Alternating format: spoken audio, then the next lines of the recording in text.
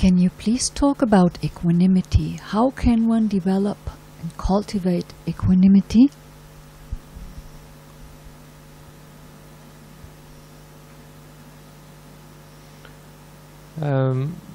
We have talked about this before.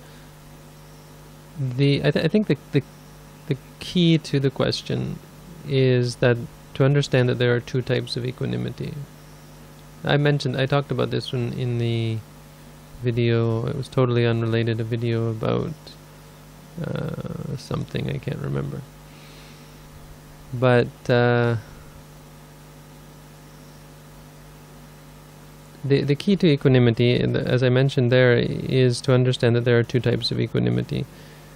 There's equanimity as a feeling that arises, and there's equanimity on an intellectual level.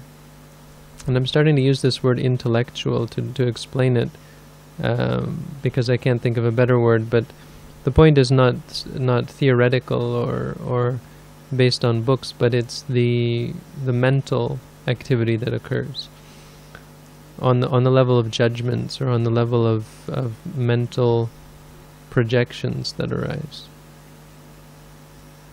So on the level of likes and dislikes, the mind state that avoids liking and disliking, that can be considered a sort of equanimity, even though in Buddhism it's not recognized as equanimity. Equanimity it is, but in the Abhidhamma it's not recognized as a mind state.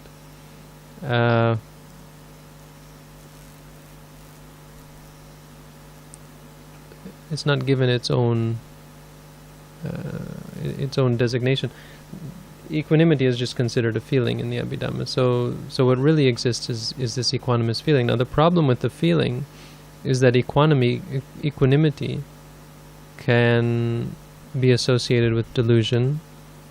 It can even be associated with greed. And it can be associated with rootless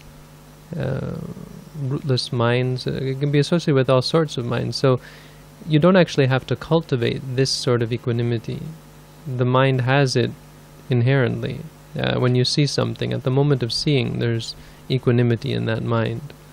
At the moment of hearing, when you hear something, there's equanimity in that mind. So this equanimity as a feeling is not something necessarily to be developed.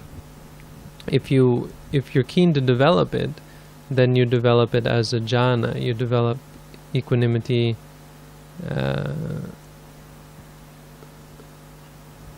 as a pure feeling, where you're simply equanimous, and you have this feeling of calm and this intense feeling of peace.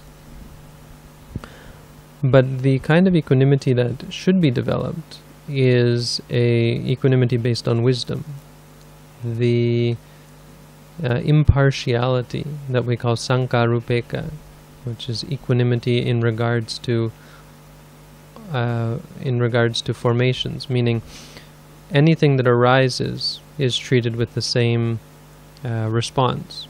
That is, it is something that has arisen, and it is something that will cease. Seeing it as an object of experience, simply for what it is, without any projection, without liking or disliking.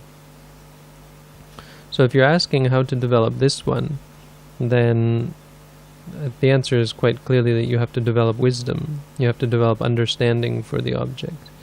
The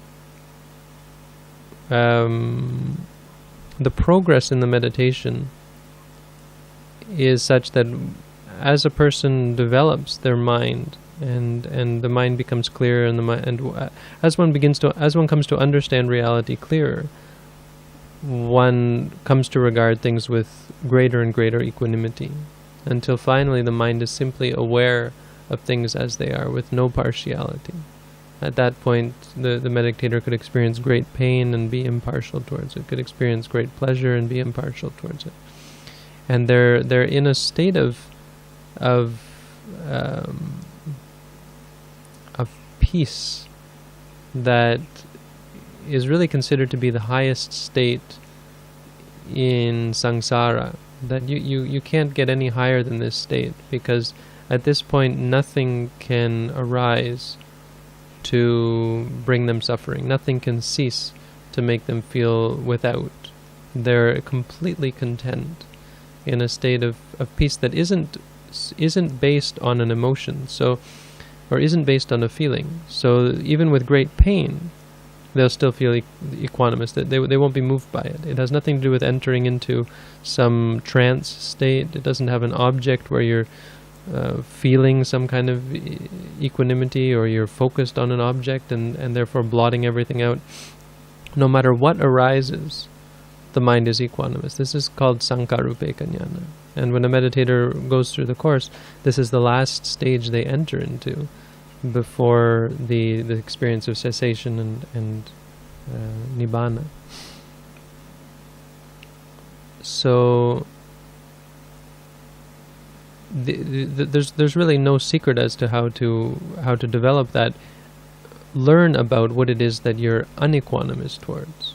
Learn about what it is that you're partial towards. All of the things that we're addicted to, that we love or like, learn about them.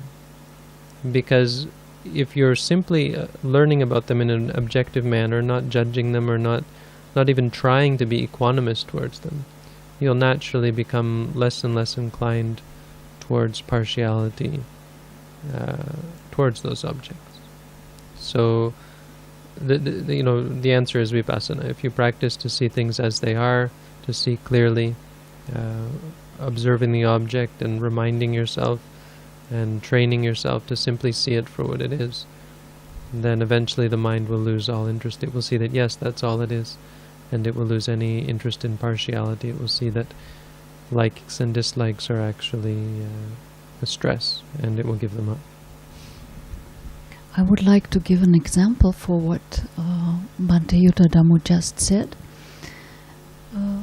If meditating or not meditating, if you, for example, have a mosquito around you, then usually the thought of, or the feeling of being bothered arises, and anger arises, and the fear that the mosquito bites, and then the wanting to scare it away, or even the wanting to slam on it and kill it. This is a normal reaction that we automatically have because we have developed our mind to react like this.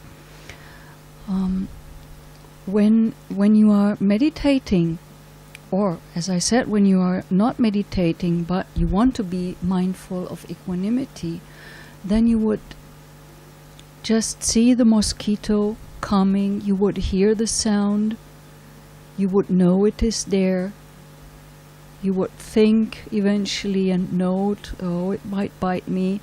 You would see your fear, and you would see your worry here in the forest. Oh, it might have some disease or so. And you note it as it is, but you don't react on it. And then it eventually bites you, and then it is itching for half an hour, and then that's it. And you haven't reacted on it, and you haven't developed any anger. Or if you did and did note it early enough, then you haven't developed or cultivated equanimity.